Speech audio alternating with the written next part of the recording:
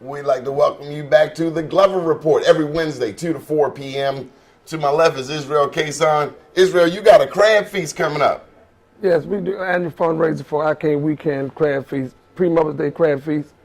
And we have live entertainment, DJ, open buffet, all you can eat, and all the crabs you can eat. May the 9th, 2015, from 6 to 10 at Arcade Weekend, 4432 Park Heights Avenue. These are nice sized crabs. These ain't the spiders, right? That's right. Okay. I've been to crab feast before. Crabs are so small, I know what it was. My daddy called them spiders. They ain't no real crab. I've been down the Eastern Shore. They got some good crabs. Yeah. Down Tillman Island. Yeah. Well, these, we're going to have nice crabs. Something about Tillman Island. I don't know, I ain't feel too comfortable. I got my food and I left. You ever been to Tillman Island? No. Ain't They ran you out. Ain't too many black people down there. But there's some black people down there. Zeke. I need a good ethnic joke. Zeke Cohen, councilman. Soon to be. Soon to be. First district. Yes, sir. That's around the harbor. We are having this book signing over your way. Where's that? Douglas Myers Museum, Marsha Jews' spot. Okay. That'll be next Thursday. Okay. I'll come check that out. How you doing? Doing all right, man. How are you? What makes you want to run? Well, so I've been a teacher here in Baltimore. I run a nonprofit now, work with high school kids, teach them leadership, civic engagement skills. And, you know, it's a combination of seeing where we're at as a city and where I think we need to be. The whole point of my campaign is community comes first. And the idea there is that we all need to be involved. We all need to be civically engaged. I'm going to call on all the residents of the first district to step up and really get involved. I was actually out last night in Sandtown, which is where I used to teach. Where? The new song? No, I was at the protest walking over. No. Where'd you teach? Oh, I taught at George Kelson. No longer exists. It was. What do you think of that? I live near the old William Penderhughes. Mm-hmm. So what used to be George G. Kelson, I don't know if you know, he was a famous funeral director. My Yes, dad sir. was a funeral director. Yes, sir. They closed that down Penderhughes and took it took over. Penderhughes' name up there to Kelson, which Yes, sir. means Penderhughes' name is no longer on that building. The building that used to be Penderhughes, do you know what it is now? What is it? A shelter, a homeless shelter. Without the community's input. Is that the kind of council person you're going to be? No, Allow stuff like that? No, sir. And that was the challenge in teaching in Sandtown, was that folks are so used to the constant letdown from their city, the constant letdown from. Oh, I used to let down. We used to get cut off. Yeah. When O'Malley came in '99, Sandtown used to be the jewel. That's what I heard. And he cut all of that off. So we voted for a guy that cut our throats. That's what I heard, man. And, you know, I'll tell you. We don't like him too tough. I understand you. The teaching there, one of the challenges was that knowing all the history in Sandtown, knowing about Pennsylvania Avenue and the Royal Theater and everything else, the city has done such a poor job of preserving all that history.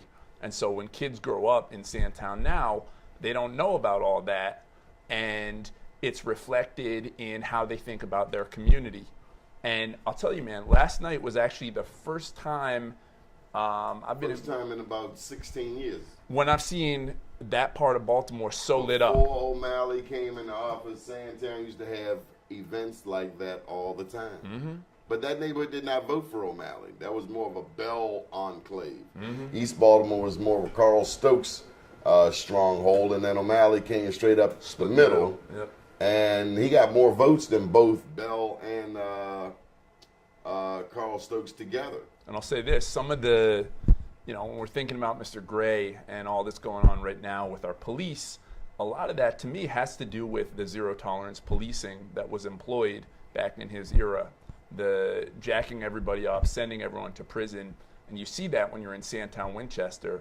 So many of the men have been removed from that community. That was one of the first things I noticed as a teacher, was that so many of the men are either in prison, have been taken away. And What does that do to the family structure? I mean, are you Jewish? Yes, sir. One thing that I know about the Jewish community is that you reiterate education and not formal education. I'm talking about Jewish education, Jewish history, Jewish culture, Jewish tradition. You're raised to know certain things. That's right. And there was a time I would think it was like that in the black community. Yeah, before segregation, desegregation. Blacks were working together. Black Wall Street, 1921, one of the greatest examples of economic empowerment in the history of America. But that was burned and bombed to the ground. That's right. That's right. And so I do admire that about the Jewish community, the family, the cohesiveness. Even now do a bar mitzvah and what's the one for the girls? Bat mitzvah. Bat mitzvah. Reiterating culture. That's right. It's a challenge in communities that don't even have a damn daddy in the household. That's right. That's right.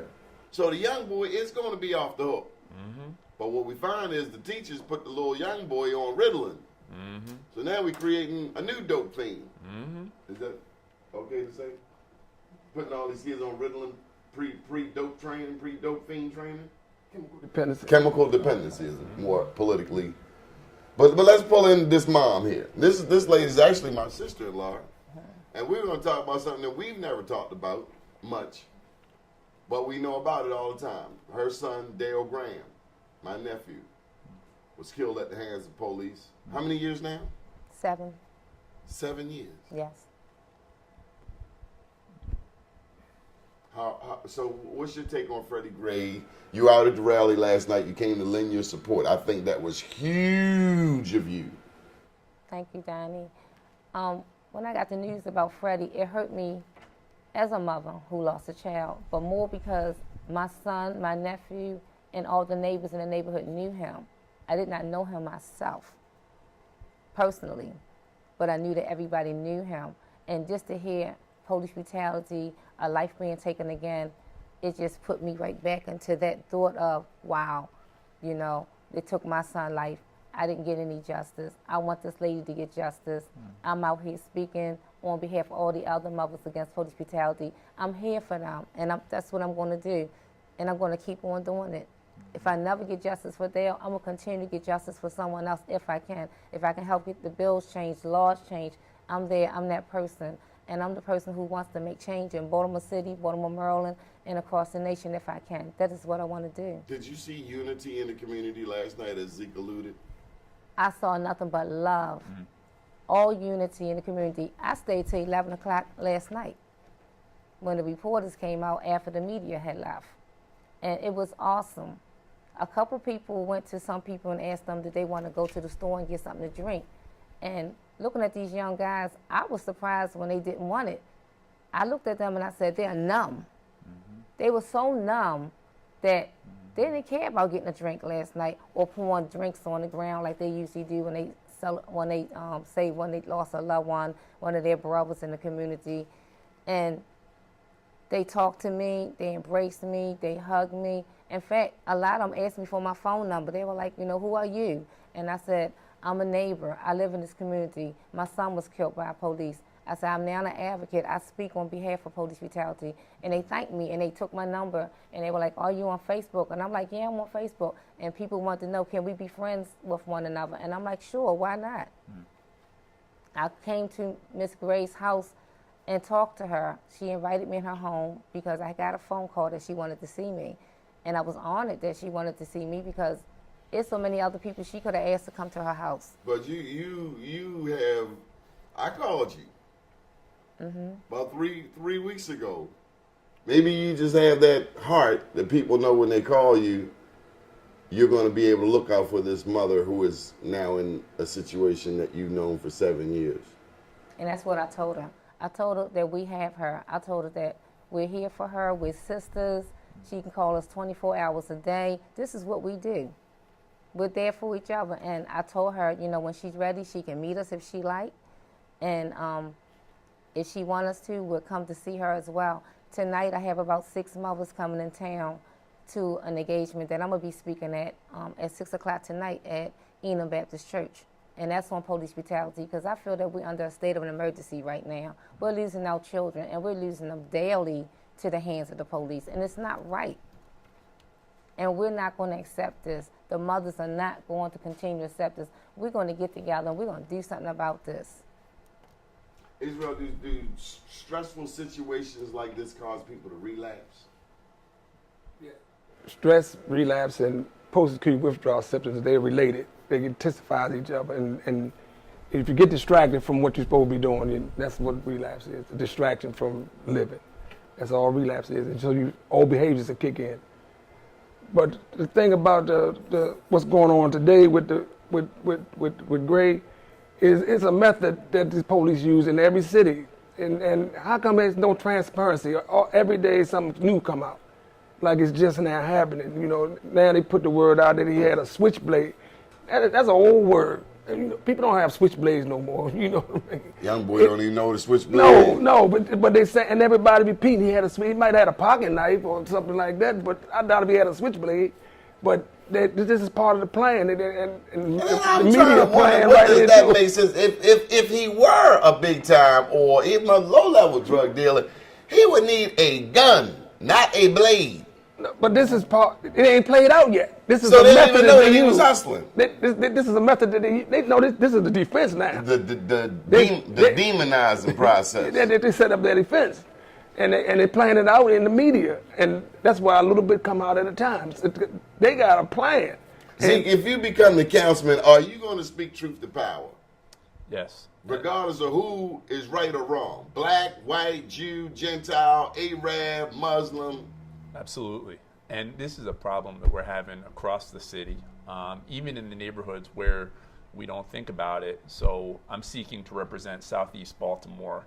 And when I walk around Bayview and O'Donnell Heights and Canton and some of these neighborhoods, what people consistently say is, I don't see police officers until they're driving 100 miles per hour down my street. They don't get out of the car. They don't get to know me. They don't get to know my neighborhood. They live in Pennsylvania, Zeke. Where you from? That's right. Originally, I'm from Western Massachusetts, but I live in Baltimore. Been here the last 12 years. And that's the challenge. Can you cook a crab cake? Not yet. Not yet. But I can't cook anything, man. How you going on the city council? Hey, It's a class. You got to talk to my girlfriend.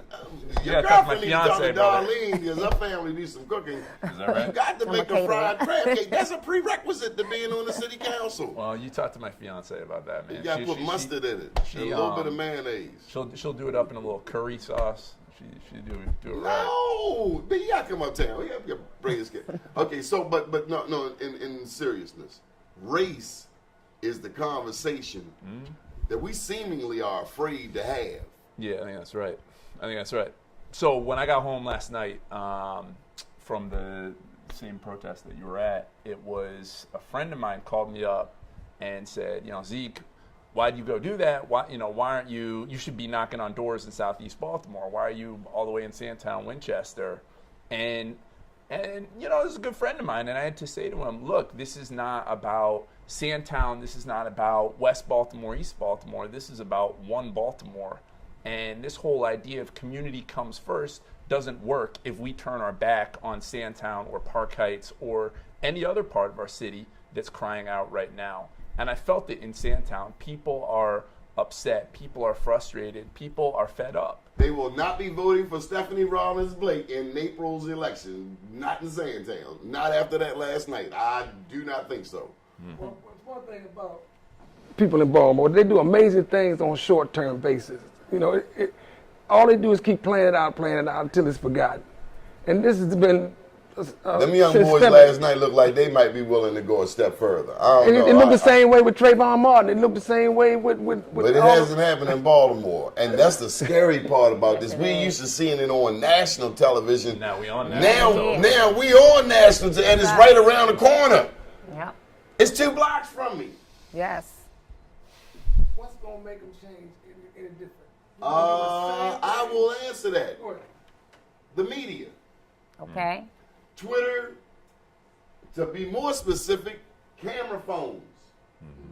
They are not getting away. Okay, so let's go down. You think the officers are going to walk? Yes. Do you think they're going to walk? More than likely. You think they're going to walk? I don't believe so. We got to take a pause. Why would they get suspended with pay? That's a part of the strategy. But before we go, this might be Israel's last segment because we about to put him off. He's got a crab feast tomorrow. May 9th. No, it's May 9th. My bad. May 9th. May 9th, our camp weekend, 6 to 10. Why don't you say it? Because I done messed up. But we your got a whole youth symposium tomorrow from 5 to 9. Oh, the youth symposium. Youth symposium. We want all youth providers and people that are interested in changing the lifestyle of the youth to be at 4432 Park Heights Avenue. And a crab cake for everybody? This on May the 9th. He said, okay. We have our annual crab feast fundraiser. I'm talking about the bar. Can all the kids get a crab cake? We got food. Yeah, you got food. I don't know if Want crab. crab Free cake. food. Everything's free. Live entertainment. But it's an open buffet. We love you, Israel. We appreciate all you have done for so many. We thank you for giving back. We thank you for teaching us how to speak life over our lives. All right now. Just Thank you. right. Just right, My son. name's Donnie Glover. Stay tuned. We'll be back on the other side right here on WPBNetworks.com.